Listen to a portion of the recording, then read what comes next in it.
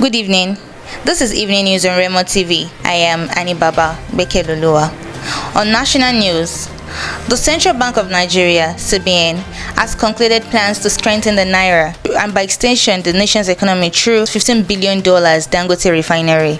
Specifically, the CBN governor, Mr. Governor Emefiele, who visited the project at Ibejuleki, Lagos weekend, said, "We have taken the decision to sell the crude to the refinery in naira because we want to impact the economy. We also hope that by the time the refinery starts to refine and sell its petroleum products in naira, the local currency will be stronger and by extension, the nation's economy, which is still oil-driven." According to him, this is expected to help Nigeria save about 41% of its foreign exchange that has been expended on the importation of refined petroleum products. Emefiele, who noted that the first shipment of urea from the Dangote fertilizer plant would begin in March 2021, said, "Based on agreements and discussions with the Nigerian National Petroleum Corporation and the oil companies, the Dangote refinery can buy its crude in naira and refine it for Nigerians in naira. That is the element where foreign exchange saved for the country becomes very clear. We are also very optimistic by refining this product here in Nigeria. All those costs associated with either demurrage from imports, costs associated with the freight will be totally eliminated. This will make the price of our petroleum products cheaper in naira. If we are lucky that what the refinery produces is more than we need locally, you will see Nigerian business buying small vessels to take them to our Western African neighbors to sell to them in naira." Still on national news, the Nigerian National Petroleum Corporation (NNPC) on Sunday night disclosed that there will be no increase in the pump price of petrol in the month of March.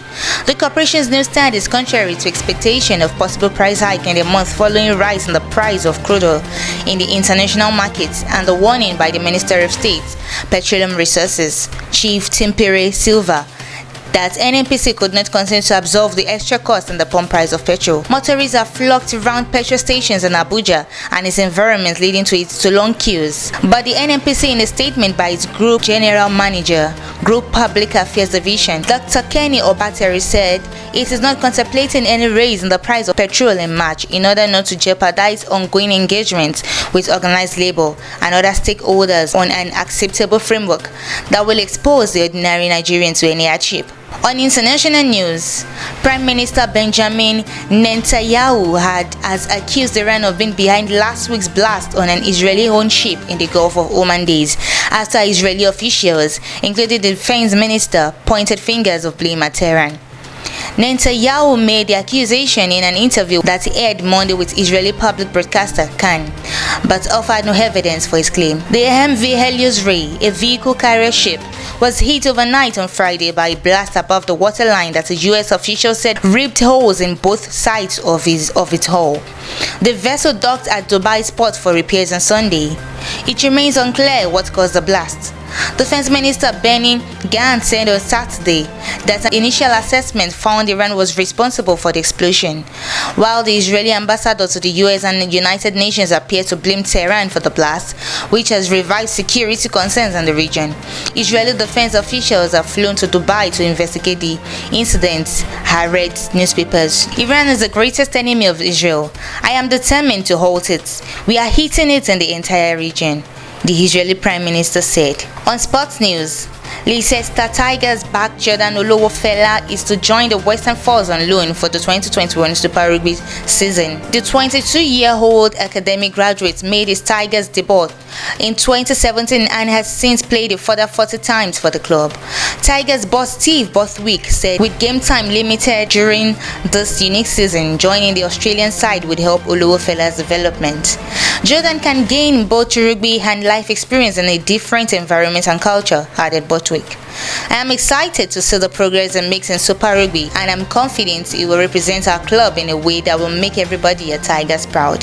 England under-20 international Olowofela, whose twin brother Ryan is an England Sevens star and plays for Northampton Saints, added, "The chance to live in Australia and test myself in a competition like Super Rugby is exciting and I am grateful the club got me this chance." Lastly, on entertainment news, an award ceremony hosted by Tina Fey and Amy Pochler is up there with raindrops and roses as one of her absolute favorite things.